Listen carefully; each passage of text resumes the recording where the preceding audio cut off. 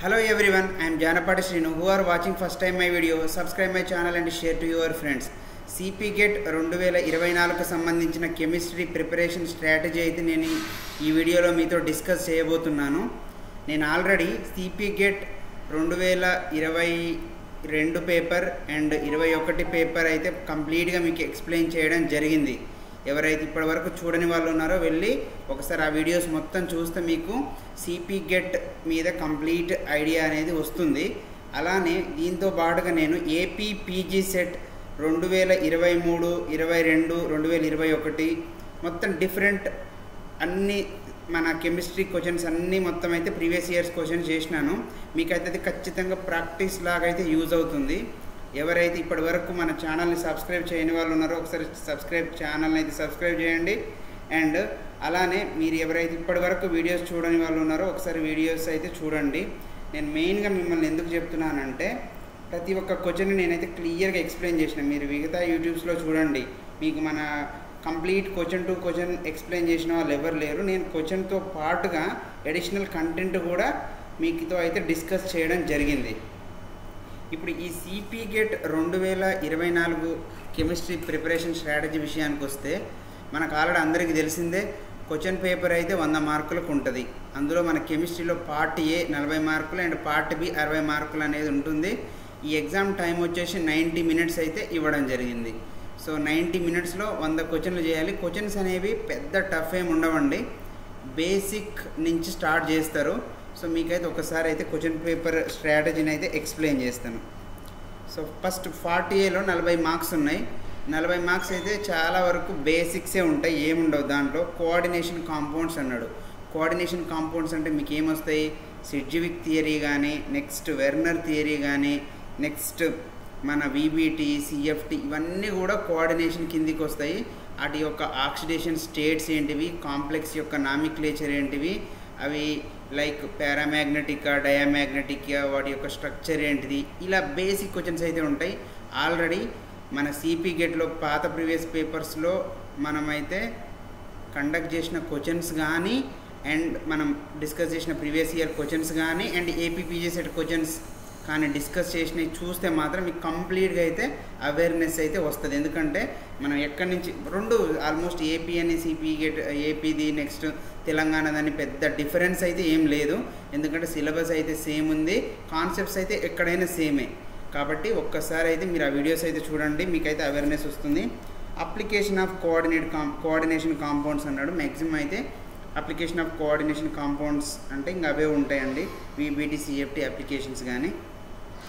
Organometallic chemistry, metal carbonyls and related compounds. ఈ మెయిన్గా మన ఆర్గానోమెటాలిక్ కెమిస్ట్రీ డిస్కస్ చేసినట్లయితే మెటల్ కార్బొనైల్స్ ఎలా ఉంటాయి, నెక్స్ట్ మన మ్యాంగనీస్ కాంప్లెక్సెస్ కానీ, next iron complexes, sandwich complexes, ఇలా డిఫరెంట్గా కాంపౌండ్స్ ఉంటాయి. వాటి యొక్క EA అనేంటిది, మెటల్ బాండ్స్ ఏంటివి, బాండ్ ఆర్డర్ ఎట్లా ఉంటుంది నైట్రోజన్కి, ఇవన్నీ ఆల్రెడీ పాత లాస్ట్ 2024 పేపర్లలో కూడా మొన్న పేపర్ తీసి చూడండి CPGETది. దాంట్లో అడిగిండు O2+, O2, O2-, O2-2 ఇలా 4 ఇచ్చేసి వాటి యొక్క బాండ్ ఆర్డర్ ఏందని చెప్పేసి ఇట్లా క్వశ్చన్ కూడా అడగడం జరిగింది. ఇలాంటివి అయితే నేను చాలా వీడియోస్లో ఎక్స్ప్లెయిన్ చేసిన చూడండి. అండ్ బయో ఇనార్గానిక్ కెమిస్ట్రీ, జనరల్గా మన బయో ఇనార్గానిక్ కెమిస్ట్రీ అంటే ఏమొస్తుంది, నెక్స్ట్ మన క్లోరోఫిల్ కానీ, నెక్స్ట్ విటమిన్ B12 కానీ, ఇవి చిన్న డిగ్రీలో ఉన్న బేసిక్ లెవెల్ నుంచి బేసిక్ క్వశ్చన్స్ వస్తాయి. పాత ఒకసారి పేపర్స్ అయితే చూడండి. హార్డ్ అండ్ సాఫ్ట్ యాసిడ్స్ డెఫినెట్గా అయితే ఒక క్వశ్చన్ అయితే కంపల్సరీ వస్తుంది HSAB మీద.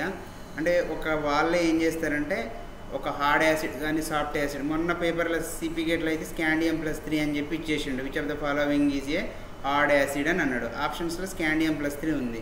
Scandium+3 హార్డ్ యాసిడ్ అని మనకు తెలిసిందే, డైరెక్ట్ ఆన్సర్ అన్నట్టు. Carboxylic acid and its derivatives, carboxylic acids వాటి యొక్క డెరివేటివ్స్ గురించి కూడా క్వశ్చన్ అడుగుతుంటాడు. సింథసిస్ బేస్డ్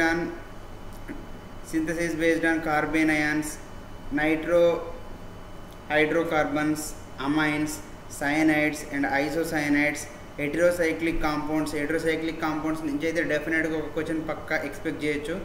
కార్బోహైడ్రేట్స్ నుంచి అయితే 2 నుంచి 3 క్వశ్చన్స్ కూడా ఎక్స్పెక్ట్ చేయొచ్చు. రబ్స్ డిగ్రేడేషన్ అని చెప్పేసి, కిలియాని ఫిషర్ సింథసిస్ అని చెప్పేసి, reducing sugars, non reducing sugars, next anomers, next epimers అంటే ఏంటివి, ఇట్లా డిఫరెంట్గా అయితే అడుగుతుంటాడు. పాత పేపర్లలో ఆల్రెడీ డెఫినెట్గా ఈ క్వశ్చన్ లేకుండా అయితే పేపర్ అయితే ఉండదు. Amino acids and proteins. Amino acids అయితే జనరల్గా అంత డెప్త్ అయితే వెళ్ళడండి, ఓన్లీ బేసిక్ నుంచి వెళ్తుంటాడు. జస్ట్ ఏం అమైనో యాసిడ్స్ ఉంటాయి దాంట్లో, మెయిన్గా అయితే ఐసో ఎలక్ట్రిక్ పాయింట్ అంటే ఏంటిది అని చెప్పేసి వాల్యూస్ ఇస్తాడు, అవి కనుక్కోవడం కానీ. నెక్స్ట్ జనరల్గా అడిగే క్వశ్చన్ అయితే ఒకటి గ్లైసిన్ అని చెప్పేసి ఆప్టికల్ ఇన్యాక్టివ్ అని ఉంటుంది. ఇంకా ఫర్ ఎగ్జాంపుల్ అడగాలి అని అనుకుంటే టైరోసిన్లో ఏముంటుంది, ట్రిప్టోఫాన్లో ఏ రింగ్ ఉంటుంది, హిస్టిడిన్లో ఏ రింగ్ ఉంటుంది, ట్రిప్టోఫాన్లో ఇండోల్ రింగ్ ఉంటుంది, నెక్స్ట్ హిస్టిడిన్లో ఇమిడజోల్ రింగ్ ఉంటుంది. ఇట్లా ఇవి ఈ మోడల్లో కొన్ని అయితే చూసుకోండి. Electrochemistry and EMF. ఎలక్ట్రోకెమిస్ట్రీ నుంచి అయితే సింపుల్గా కండక్టెన్స్ గురించి కానీ వాటి యొక్క యూనిట్స్, స్పెసిఫిక్ కండక్టెన్స్ నుంచి పోయినసారి డైరెక్ట్ అడిగిండు. ఏమడిగిండు, సెల్ కాన్స్టెంట్ కనుక్కోమన్నాడు. వాళ్ళే ఏం చేసారంటే మనకి స్పెసిఫిక్ కండక్టెన్స్ ఇచ్చినారు, రెసిస్టెన్స్ ఇచ్చారు. సో ఫార్ములా ఏమవుతుంది, specific conductance is equal to conductance into cell constant, అది ఫార్ములా. డైరెక్ట్ ఇట్లా జస్ట్ సింపుల్ బేసిక్స్ అయితే ఇవ్వడం జరుగుతుంది. ఈ ఎలక్ట్రోకెమిస్ట్రీ నుంచి అంత డెప్త్ అయితే పోడు, కానీ ఒక క్వశ్చన్ అయితే మొన్న పేపర్లో డెప్త్ అనేది వచ్చింది. నేను ఆల్రెడీ CPGET 2023 పార్ట్ 1 పేపర్ అయితే చేసిన, మీకు పార్ట్ 1 పేపర్ చేసిన, మీరైతే ఒకసారి చూడండి. నేను మిగిలిన పేపర్ కూడా ఎక్స్ప్లెయిన్ చేయడానికి ట్రై చేస్తాను. ఇక కెమికల్ కైనెటిక్స్లో చూస్తే మొన్న పేపర్లో జీరో ఆర్డర్ రియాక్షన్ అని చెప్పేసి ఇచ్చిండు. Zero order reaction 2 half life టైంలో కంప్లీట్ అవుతుంది and it is directly proportional to initial concentration అని చెప్పేసి ఇచ్చిండు. ఇలా బేసిక్గా స్టేట్మెంట్స్ లాగా ఇచ్చిండు అన్నట్టు. అంత డెప్త్ అయితే వెళ్ళాడు, బట్ కంపల్సరీ కవర్ చేస్తాడు. ఇంకా థర్మోడైనమిక్స్ టాపిక్స్ నుంచి అయితే సింపుల్గా ఉంటాయి, ఎక్కువ అవసరం లేదు. బేసిక్స్ జస్ట్ ఫార్ములాస్ చదవండి. అండ్ ఫార్ములాస్ ఇంపార్టెంట్, ఒకటి గుర్తుపెట్టుకోండి. మనకి థర్మోడైనమిక్స్లో ఫార్ములాస్ చదవాలి. వాటి మీద కూడా ఒక వీడియో చేస్తాను నేను. ఫోటోకెమిస్ట్రీ కూడా బేసిక్స్ని అడుగుతాడు, లైక్ అబ్జార్ప్షన్ ఎట్లా, నెక్స్ట్ మిక్స్ చేస్తే, నెక్స్ట్ ల్యాంబర్ట్స్ బీర్స్లా, ఇలా డిఫరెంట్గా అడుగుతుంటాడు. బేసిక్ అడుగుతాడు, పెద్ద డెప్త్ కూడా. ఈజీగా 40 మార్క్స్ అయితే సంపాదించవచ్చు పార్ట్ ఏలో. ఇది జస్ట్ ఇట్లా డిస్క్రిమినేట్ చేసింది పార్ట్ ఏ పార్ట్ బి అని, కానీ పెద్ద తేడా ఏమి ఉండదండి part A part below. Part below P block elements, chemistry of zero group elements. Zero group అంటే తెలుసు కదా, helium, neon, organ, krypton, క్సినాన్, radon. ఇట్లా కెమిస్ట్రీ ఆఫ్ డి బ్లాక్ నుంచి అయితే కంపల్సరీ క్వశ్చన్ అయితే వస్తుంది. జస్ట్ పైన బేసిక్స్ బ్రష్ అప్ చేయండి సరిపోతుంది. ఏ బ్లాక్ అయితే అంత డెప్త్కి వెళ్ళాడు. Just lanthanum, oxidation state, gadolinium. అంతకుముందు ఒకసారి క్వశ్చన్ అడిగిండు, గెడలోనియం డైరెక్ట్ కాన్ఫిగరేషన్ ఏందని మొన్న పేపర్లో అడిగిండు. చూసుకోండి ఒకసారి. ఏది మన 4F7, 5D1, 6S, 5D1, 6S2 అట్లా డైరెక్ట్ బిట్ అడిగిండు అన్నట్టు. General principles of inorganic qualitative analysis అంటే కలర్స్ కానీ మన జస్ట్ ప్రాక్టికల్ లెవెల్ అయితే అడుగుతాడు, అంత డెప్త్ అయితే వెళ్ళాడు క్వాలిటేటివ్ అనాలిసిస్ది. కెమికల్ బాండింగ్ ఇంపార్టెంట్ అండి, కంపల్సరీ క్వశ్చన్స్ అయితే పడుతుంటాయి. MOT కూడా ఇంపార్టెంటే, ఇదంతా ఒకటే కాన్సెప్టు.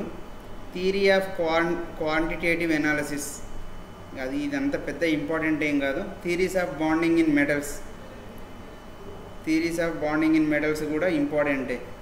మన సింపుల్గా కాన్ఫిగరేషన్ ఎలా రాస్తారు, నెక్స్ట్ టర్మ్ సింబల్స్, ఇవన్నీ theories of bonding in metals కిందికి వస్తాయి.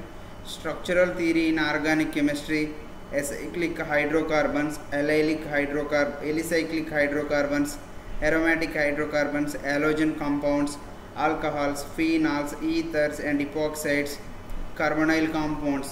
ఇవన్నీ ఏంటంటే ఆర్గానిక్ టాపిక్స్.